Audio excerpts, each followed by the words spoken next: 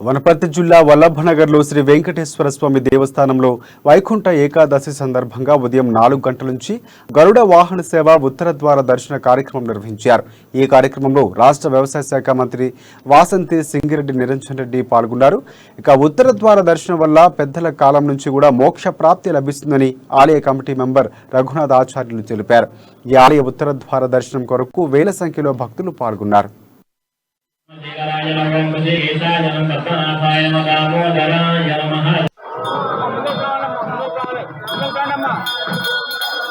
విశేషమైనటువంటి వైకుంఠ ఏకాదశి పర్వదినాన ఈరోజు తెల్లవారుజామునే వనపర్తిలో ఉండేటువంటి వెంకటేశ్వర ఆలయంలో ప్రత్యేక పూజలు నిర్వహించడం జరిగింది.